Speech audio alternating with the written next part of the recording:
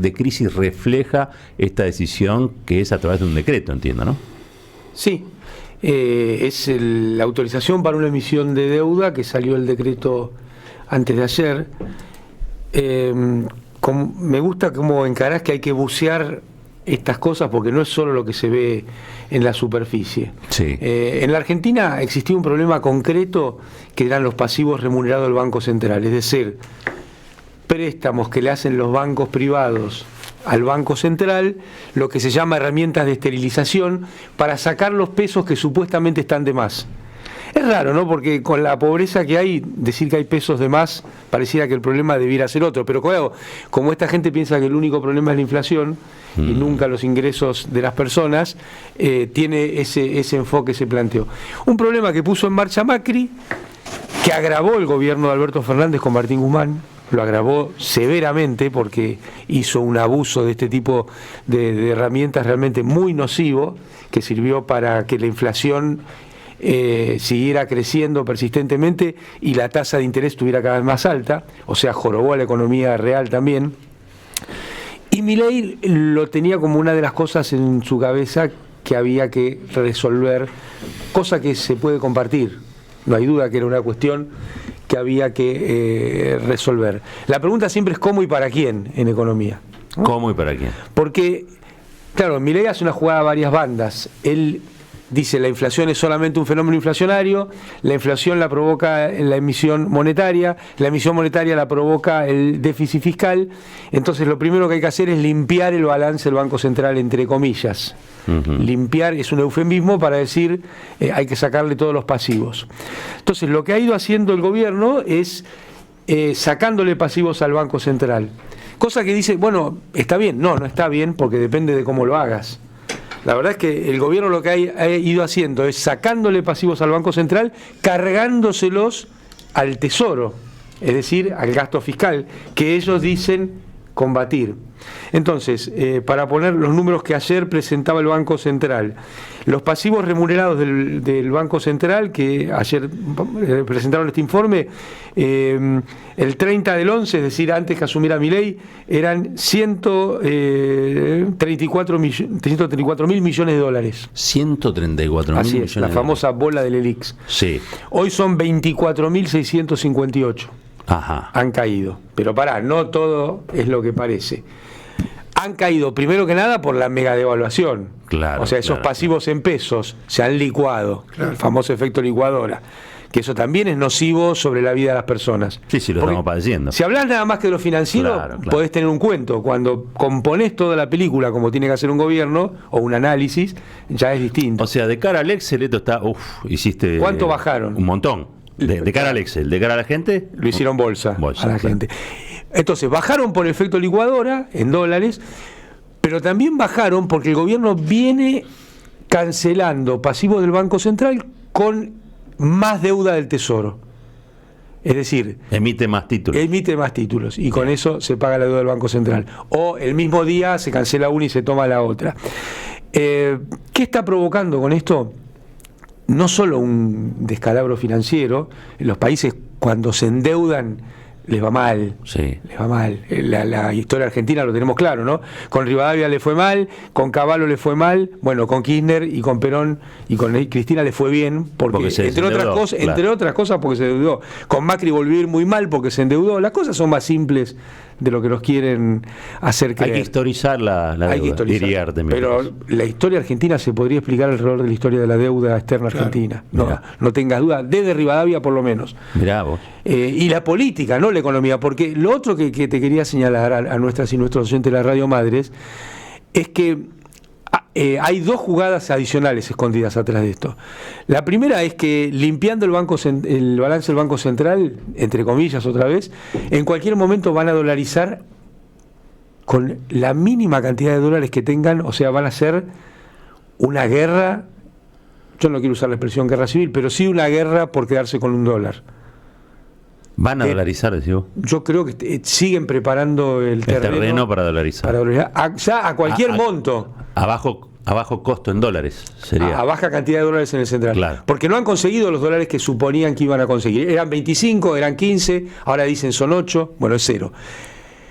El otro efecto muy pernicioso político que tiene esta política, sí, porque no es una cuestión técnica, es una cuestión política, pasar deuda del central al tesoro, es que te van a seguir taladrando la cabeza con el déficit fiscal, achicando cada vez más las erogaciones que no sean pago de deuda. Es decir, se están comiendo el presupuesto público, cargándolo cada vez con más deuda. el déficit financiero. Sí, el déficit fiscal global, porque vos tenés pago de intereses, vas a tener pago de capitales, todo así, uy, no alcanza, no hay plata. ¿Y por qué no hay plata? Y porque cada vez paga el Tesoro más deuda y entonces tiene menos para salud, para educación, y eso te lo van a plantear también como una cuestión técnica y que sucedió, Claro. y es una cuestión política y que la están haciendo ellos hoy. Una decisión. No Escuchame, sucedió. igual, estos nuevos títulos, esta emisión de títulos, ¿son compulsivos estos títulos? No. Bueno, vos viste que hasta un gobierno libertario usa el Estado para tomar decisiones, ¿no? Porque es una política deliberada que están llevando adelante y los grandes tenedores se ven compelidos a cambiar. Viste que este es un gobierno extraño porque cree en la libertad de precios, pero fija el dólar desde el Estado, fija la tasa de interés del Estado, fija el valor de las prepagas, fija los salarios desde el Estado, les pone topes del Estado, es decir, fija todos los precios menos aquellos que le hacen daño a la población, que son los precios de los alimentos. Yo te hago una pregunta a vos, a toda la mesa. ¿Qué hace, Rinco? ¿Cómo te va? Yo me paré, ¿no? Sí. Se levantó para venir a tu programa, te aviso que a otros no hace lo mismo. Uy, qué momento. Qué momento. Qué fuerte, ¿no? El momento lágrima. Un acto de amor. Escúchame, hablamos de la crisis que produce la salida de Pose y la entrada de Franco como jefe de gabinete. Si tenemos que caracterizar esta crisis, ¿es una crisis económica, es una crisis política, es las dos cosas a la vez, es una crisis de gobernabilidad? Y ahí me voy al Cordobazo. Con el señor Es una crisis de gobernabilidad, no es un cambio de etapa. Yo creo que el gobierno está observando que las políticas que están llevando adelante van a requerir de más intervención del Estado en su faz represiva para con los sectores populares, y por eso creo que cambia una figurita como el ministro Pose por alguien más Ducho, con mayor capacidad de cooptar a la oposición amigable para que se sume a llevar adelante un proyecto más endurecido. Bueno, el Pacto de Mayo noticias. fue un papelón. Acaban de reabrir la causa que tenía de Sousa y Cristóbal López. Con doble sentencia. Con dobles. O sea, la perspectiva es a endurecer el vínculo con la sociedad civil, con aquellos que efectivamente piensan distinto, y están reordenando la tropa de manera de tener más efectividad en términos políticos y parlamentarios. El horizonte en términos de comportamiento del gobierno para con la sociedad es preocupante. Ahora, ¿no relanza con estos cambios, no vuelve a instalar una expectativa, digamos, de que pueda salirle el plan que ellos proponen? O sea, pasó con el Pacto de Mayo. Con el Pacto de Mayo lo anuncian en marzo para mayo. Una expectativa incorporando a Sturzenegger y al operador de Caballo, no sé, bueno, puede ser, pero Sturzenegger ya sabemos. Cada vez que te dicen Sturzenegger, es una expectativa un poco forzada la que despierta. No, y a mí lo que me pregunto, yo digo, está claro que Franco tiene más volumen político que Pose, lo que pasa que eso no es mucho decir, ¿no? Digo, Pose era apocado. Era tirando apocado. Pero la pregunta parece que en algunas actividades. Sí. En otras parece que no. Era un hombre que escuchaba mucho. Un economista que era Bastiat decía lo que se ve y lo que no se ve. Claro. Volumen político. Él parece que no era apocado en lo que no Ahora, se ve. no, pero y la pregunta también es, porque él mismo se había puesto un límite, que era después de la ley bases. Él dijo, después de la ley base vamos a revisar todo. Bueno, algo pasó. Lo hizo antes. El espionaje, que yo no sé que lo hizo antes. Eso también acorta tiempos. Incluso de Pose, de Francos, digo. Francos hoy parece que, ahora sí, ahora encaminamos. ¿Cuánto le va a durar eso? Sí. Sin billetera, sin botonera, sin...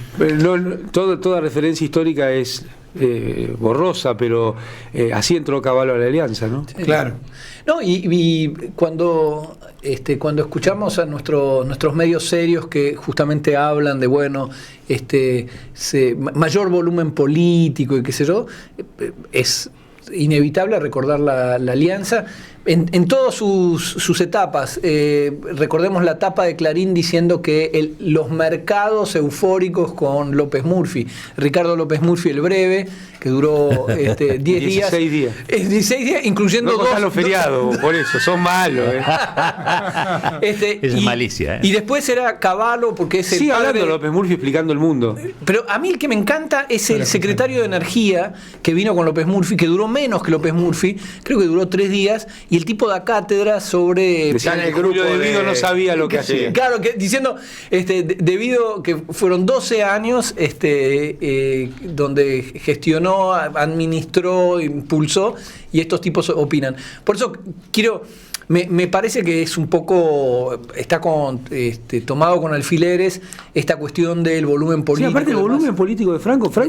Sí, eso, tampoco inflemos a Franco. Fue presidente del Banco Provincia con Scioli. Pero perdón, es un pino en el desierto, está bien. Pero- Está bien, no, sí, Es un no, pino en el desierto. pero perdón, pero además... Se seca seguro. Pero, Un pino en el desierto. pero además, como hubiera dicho Néstor, estos son paracaidistas húngaros. Franco era el ministro del Interior hasta ayer. Y es el ministro del Interior que no logró impulsar la ley pasta base en el Senado, con lo cual leía también que los gobernadores, que no se sabe bien cuáles, estaban ilusionados porque dice, ahora con Francos en la jefatura de gabinete sí vamos a poder hablar de la ley base. Pero si ayer lo tenías de interlocutor. Pero está más cerca de la chequera ahora, Franco. Antes no, ahora está más cerca de la chequera. Sí, dicen que ya le sacaron todas las empresas públicas Sí. Sí. que van a parar a Stusenegger. Agarrate, Catalina. Si esto es leído como una invitación a dialogar por parte del gobierno, No. es una El que lo lee no sabe leer. Claro. ¿Por qué tuiteaste hoy sobre el tema del cordobazo? Más allá de Bueno, la fecha, no, digamos. la Pero ¿qué fecha tiene es que ver el importante. cordobazo con hoy? No, porque el cordobazo muestra que hay que contar una historia de resistencia y de construcción popular completa. Me gusta. Donde el cordobazo es un mojón muy importante, generacional y políticamente. Bueno, comienza el deterioro de la figura del dictador Onganía, pero además es un movimiento estudiantil y gremial con participación activa del peronismo, pero no hegemónica. O sea que claramente ahí la hegemonía era suprapartidos, muy transversal. Una de las figuras centrales, todos los conocen, fue Agustín Tosco, no fue el único, obviamente también está Atilio López, que era representante del peronismo en la CGT, pero Estaba Atilio. estaba. El peronismo estaba. Pero el protagonismo fundamental lo tuvieron estudiantes y obreros no alineados partidariamente. Paradojalmente, ese movimiento puso en acto la activación de las formaciones especiales, de los grupos guerrilleros, peronistas y no peronistas. Mirá. Y finalmente, y acá está el punto final de la paradoja, este movimiento sin hegemonía peronista termina propiciando las condiciones políticas para el regreso de Perón en el 73. Sin el cordobazo, el regreso de Perón no se explica plenamente. ¿Qué queremos decir con esto? Atrapar en una sola identidad política un movimiento histórico complejo como el que vivió la Argentina en esos finales de la década del 60 e inicio de los 70 y blandir una sola identidad como dueña de las transformaciones sociales en Argentina no es pertinente. Yo soy peronista, pero puedo reconocer que efectivamente muchos de los movimientos que transformaron en términos sociales La izquierda clasista, ¿no? el periodo de resistencia peronista no tuvieron estrictamente una filiación peronista, o no por lo menos hegemónica ni la única, para no hablar también del comportamiento que tuvo el Partido Justicialista durante la resistencia peronista y la lucha por el retorno de Perón.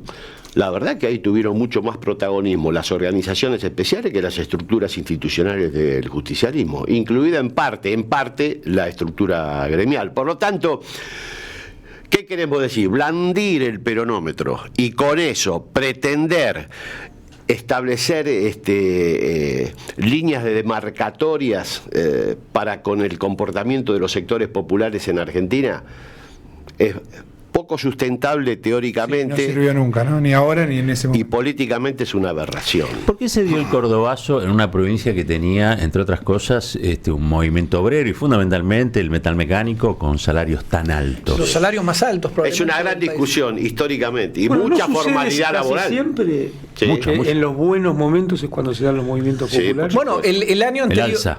Contrariamente a lo que sueles. El ejemplo El del libro, hambre no el por ejemplo sí del libro sola sería no la Revolución resuelve. Francesa. Claro. El aumento del precio del pan provocó. Sí, sí. Bueno, pero la Revolución Rusa, el cordobazo, el contexto Perdón, es el opuesto, ¿no? Un año antes del cordobazo, fue mayo del 68 en Francia, movimiento impulsado por los estudiantes, después por los obreros, y era un momento de expansión. Francia crecía al 4 al 5%, los salarios estaban más altos. Y fue en Francia, en Estados Unidos, Exactamente. en México, el mismo año. O sea, no es que cuanto peor Y en mejor. Argentina el año siguiente. No, pero además había un nivel de politización y de organización gremial muy Claro. fuerte. Mira. Y un protagonismo estudiantil notable. Y- o sea, eso perdón. es desequilibrante. Pero- Eso fue lo que perdón, vimos ¿de hace qué? poco en la marcha universitaria. Claro. Nos entusiasmamos. En otra con una coyuntura, gran pero diferencia, bueno. una gran diferencia. Las universidades latinoamericanas Hablemos de A2, porque Y en- si no, no se entiende. y en particular argentinas producían conocimiento propio, cosa que han abandonado, salvo en ciencias, en esta etapa, ¿no? Las facultades de sociales, no, justamente sociales es un mal ejemplo, pero sobre todo de economía y de derecho, se han convertido en altoparlantes de las universidades anglosajonas. Bueno, lo que pasa es que ahí también hay un Qué fuerte movimiento. lo que está diciendo. No, pero es que es cierto, y también hay un movimiento que es Bastones Largos y Masacre de Tlatelolco, digo, pensando en, Claro. en la Argentina y en México, para obturar lo que durante buena parte del siglo XX había Toda la producido, producción claro. de posguerra de las universidades latinoamericanas, en particular Argentina, ¿no? Claro. Que además, Eso ¿dónde se fueron? lo abandonó. ¿Hacia dónde fueron los intelectuales, los profesores justamente expulsados de la Argentina? Muchos a Europa, muchos a Estados Unidos. Subrayando lo que vos decías, que es clausurar una política nacional y, digamos, no es que esas personas dejaron de... Está muy bien en Argumedo todo eso, ¿no? Bastante. Sí, Era, sí. sí, era, claro. Pero además está en lugares que, digo, porque yo no estudié una carrera como económica, yo estudié letras. Y las principales bibliotecas de literatura latinoamericana están en Estados Unidos. Claro. Y casi todos Las los, más completas. y además. casi todos mis compañeros, digo, que siguieron en eso y no tenían otro laburo, se fueron a Yale, a NYU. Hay un texto de una Mirá. tal Frances que habla del rol de la CIA y la literatura latinoamericana, pero da para largo. Ricardo Piglia pasaba mitad del año sí. en los Estados Unidos, mitad del Marquito, vos sos de la CIA. No me la No, contestes yo no, ahora porque porque yo- tengo una tanda. Después de la tanda me lo Estoy acá, ¿qué te me lo puedo decís. decir? Vamos a la tanda, ya venimos y Marquito nos revela algo que no sabíamos de él. Hagamos un pequeño paréntesis sobre Vargas Llosa porque es un caso absolutamente excepcional. A ver, contá. Lo que decíamos recién con Amado, que la obra de ficción de Vargas Llosa y sus penosos artículos políticos, digamos, distan tanto, digamos, la ficción no tiene por qué referir, digamos, no tiene por qué referir a las Sí, pero es opiniones ficción sobre hechos sobre hechos reales, Es historia Tiempos ficcional. Recios, que recomiendo Excelente fervorosamente, habla de un caso de Lofer ante el Lofer, en Guatemala. y la digamos. intervención de la CIA. Intervención de la para CIA voltear para voltear un presidente electo, la acción de las empresas norteamericanas, digamos, el mapa está... El origen, claro. ¿Cuál es el verdadero Vargas Llosa? ¿El que habla o el que escribe? Yo creo que no sé cuál es el verdadero, el relevante es el que escribe, digamos, la verdad. Sí, pero el que tiene impacto en la vida política es el que Es habla. el que habla. Es el que habla. Es el lobby liberal, digamos, ¿no? Claro. Ultraliberal. La pátina culta de... ¿Viste? La Fundación Libertad. Que me parece, sí, que no ha caído, todavía le cuesta Milei, digamos, le cuestan los modos rudos de Milei, no su ideología, porque la comparte, pero forma parte de esa No, derecha extrema. Milei que- es un populista. Para esos sectores Milei es un populista. Claro. pero Eso está ojo, claro. apoya todo lo que Sí, hace sí, Milei. sí. Bueno, ese es un programa de diseño en otro lugar, digamos. Milei ¿no? un populista. Él dice, de Vargas Llosa dice que Milei es un populista. Es el tipo de la derecha que no le gusta. Le gusta una derecha más aristocrática, parece. Hay un muy buen libro, se lo recomiendo a Tilio Brons, una biografía de Vargas Llosa. Interesante, muy interesante, Atilio. El mago de la bruja. Bueno, Atilio, palabras mayores. Sí, muy bueno. Atilio estudió en Harvard. Sí, en la Universidad de Harvard. No, tiene un predicamento a nivel latinoamericano, a nivel regional, diría. Sí. Notable. Trabajó con El Salvador Allende, con el gobierno de la Unidad Popular en Chile, el gobierno votado por la CIA. Y ahí vuelvo, ¿no? De Marco Cittadini y Vargas Llosa. ¿Dónde estás? La pregunta que tenía para hacerte a vos, Artemio, ¿por qué no hay un cordobazo hoy? Las condiciones son muchas las... ¿Qué pasó? ¿Qué pasó en Córdoba? No tengo una respuesta. Es obvio que Argentina después del 76 cambió drásticamente. Entre otras cosas, lo que cambió fue lo que vos señalabas como uno de los motores del cordobazo: formalización laboral, alto salario, politización. Eso es la sociedad argentina. Por eso decimos que esta historia de que Argentina tiene un nivel de originalidad excepcional con respecto a la región puede haber sido cierta, de hecho lo fue, hasta la dictadura que pasó el rasero. Total. Y nos puso en una situación de mucha comparabilidad en términos políticos. Sobre todo de variables socioeconómicas. Exactamente, o sea, por acá pasó Perón, que yo lo dije y con orgullo. Hoy no lo repetiría con tanto énfasis después del 76 y los procesos posteriores, salvo la década ganada. La verdad que la declinación fue sistemática, pero declinación en elementos específicos: formalidad laboral, politización de la sociedad argentina, distribución en la vida universitaria. O sea, hay elementos muy contundentes para explicar por qué hoy Argentina no tiene el nivel de Vitaliano Assesi, el cordobazo. El cordobazo fue una cosa muy específica. Pero no sé por qué. Hay muchos elementos que explican que esta realidad no podría producir un fenómeno como el cordobazo. Podrá producir otros. Bueno, porque ha cambiado diferencialmente. Teníamos 12 puntos de informalidad. Estamos hoy en... por lo menos 40 puntos seguros. Pensemos en cuáles son los debates. Hoy estamos debatiendo sobre comer. La comida, el reclamo es llegar a fin de mes, el reclamo es poder comer. El debate hoy es que tienen stock de alimentos y no se reparten. Pero la Revolución Francesa se hizo por el pan. No, pero quiero decir, el cordobazo no pedía, no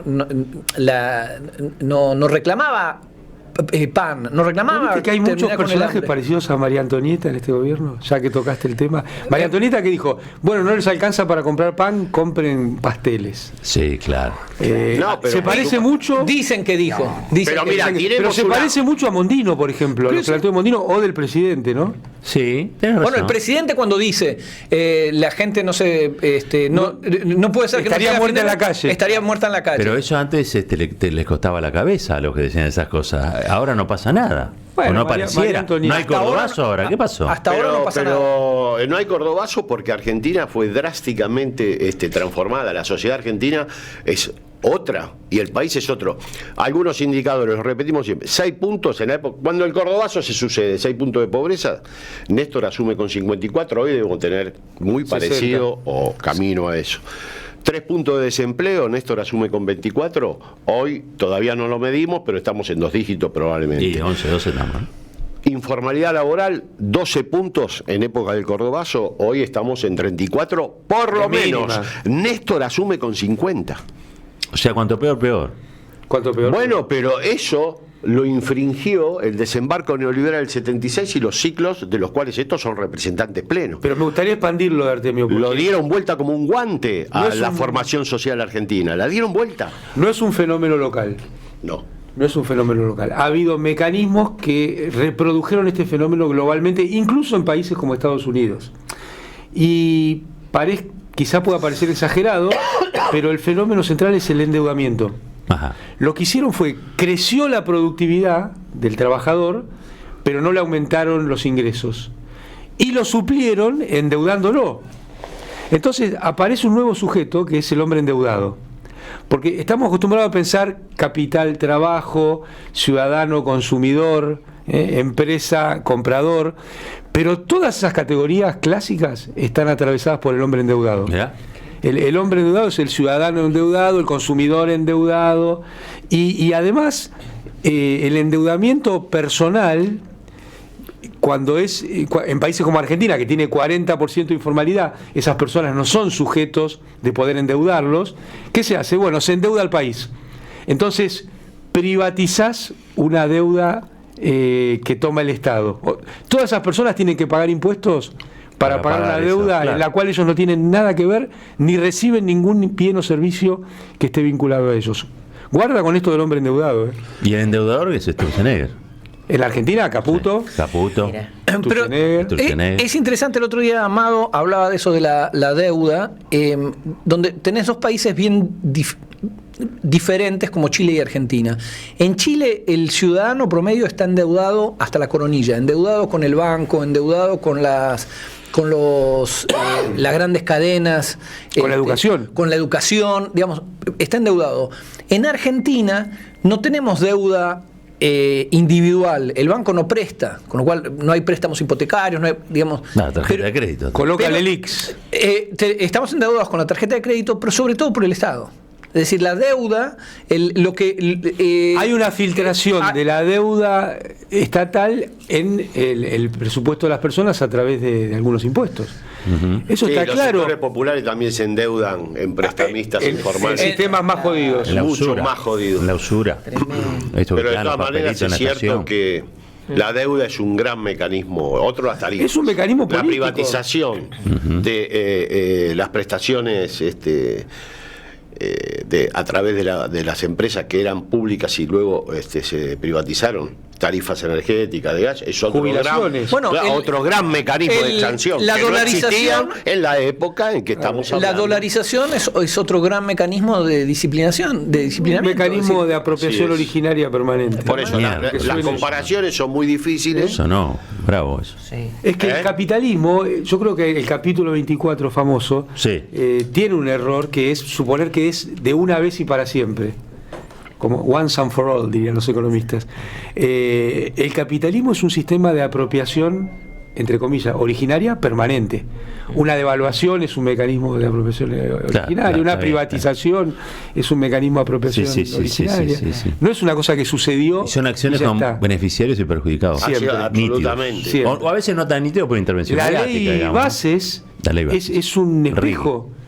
Que le sacan los impuestos a las empresas, se los colocan al impuesto a la ganancia. Claro. No pueden tener una moratoria jubiladas y jubilados, sí pueden tener una moratoria quienes no pagaron impuestos. Todo un gran parteaguas. ¿Y por qué no hay un cordobazo? Vuelvo sobre el tema. Porque hemos hablado, el país está en una situación bien distinta. Pasó el kirchnerismo. Sí. Hay discusión. Los mayores niveles de politización desde la recuperación democrática se dieron durante la década ganada. ¿Por qué? Tenés una CGT grande. Bueno, porque se dieron las mejores condiciones estructurales de la sociedad argentina a partir del 83. Esos 10 años fueron muy importantes. Se habla poco. Hay toda una teoría de que decaemos hace 70 años, 100, depende de quién la diga. La verdad que esos 10 años fueron ejemplares. Disminuyeron el trabajo informal, que muchos dicen, llegó para quedarse, acá no hay más trabajo. Bueno, Néstor Kirchner y Cristina mostraron que el trabajo informal bajó 6 millones de puestos casi 20 puntos.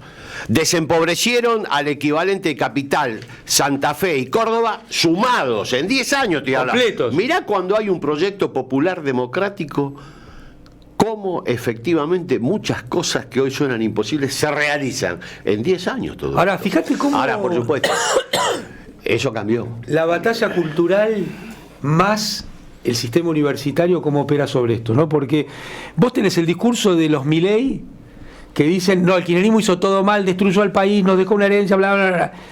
Y de este lado decimos algo había que hacer.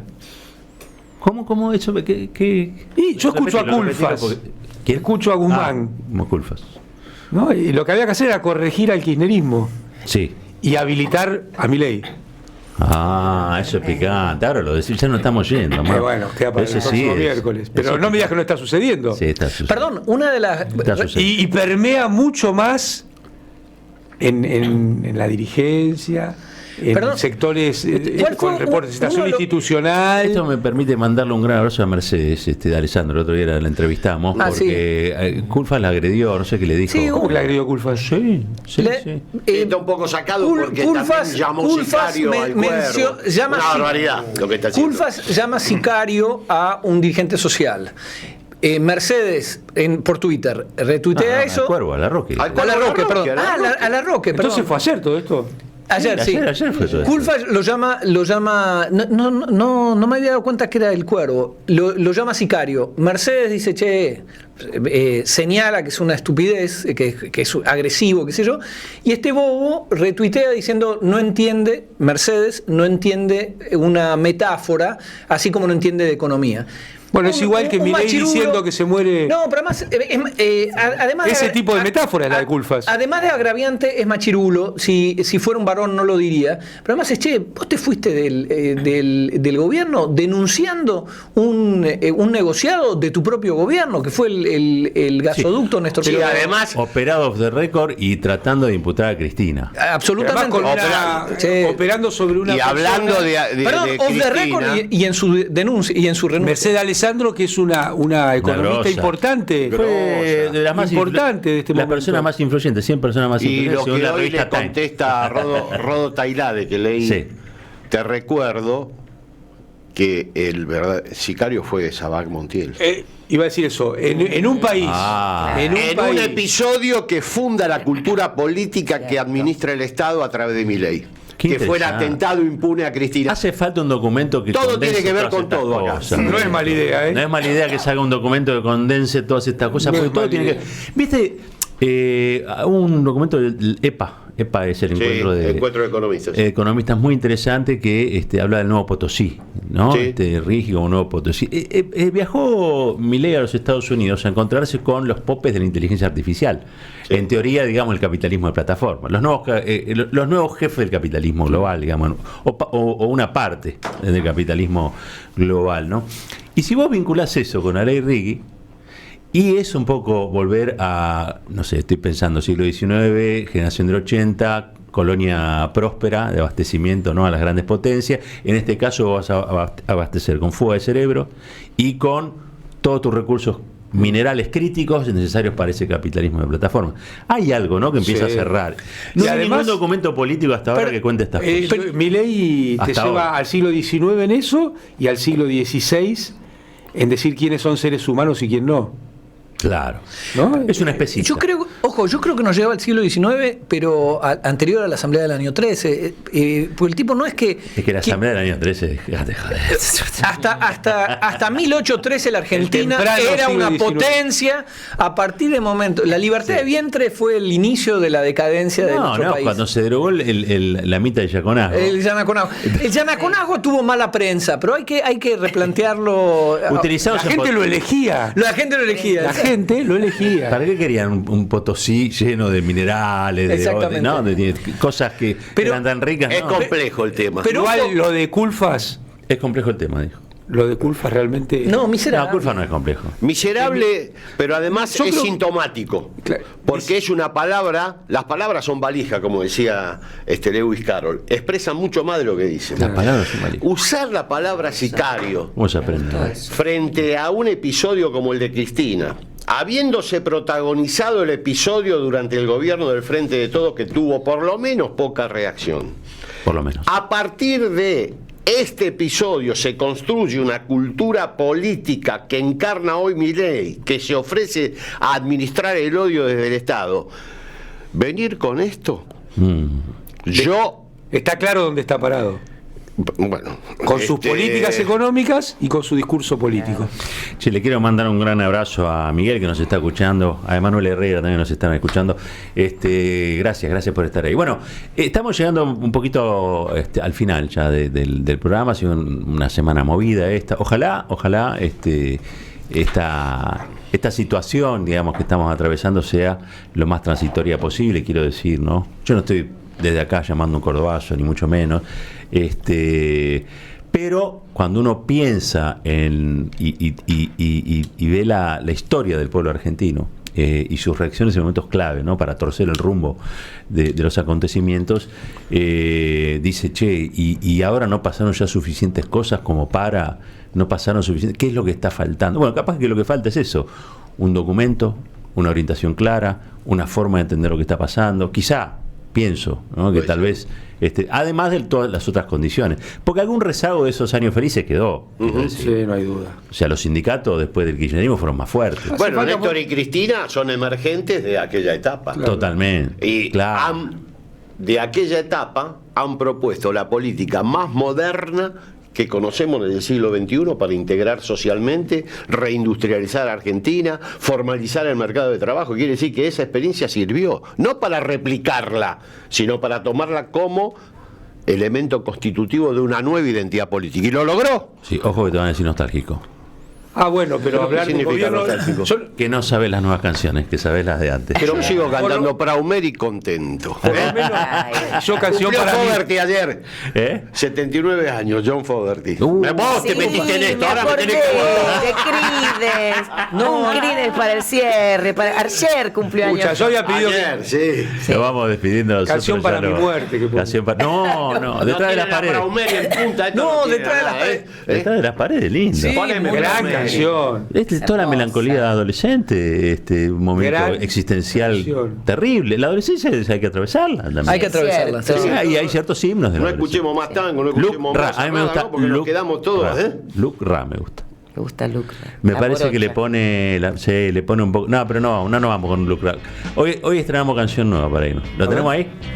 No, esto es Creedence. Esto es para Artemio. A ver. Escuchar. La felicidad, Artemio. No sé por qué yo escucho esto y vuelvo asado. Ay, sí. Que ¿En salen serio? entre los eucaliptos. Es la canción más versionada. Bueno, la versión más famosa fue la de Tina Turner. Y George Harrison le dijo una Fogerty: escúchame, cantala de nuevo porque todo el mundo cree que la hizo Tina Turner. No. Claro. Sí, exactamente. Bueno, hace 79 años que nació este gran cantautor norteamericano. Para que vean que nosotros contra Norteamérica no tenemos nada. Pero qué vamos a- musicalmente. ¿Qué vamos a tener? Ayer le estuvimos halagando el portaaviones. Bueno, ya lo veo al flaco Tonietti, ya arranca siempre soy. Gracias por estar acá en este conversatorio de miércoles. Estrenamos tema de despedida. Escuchen la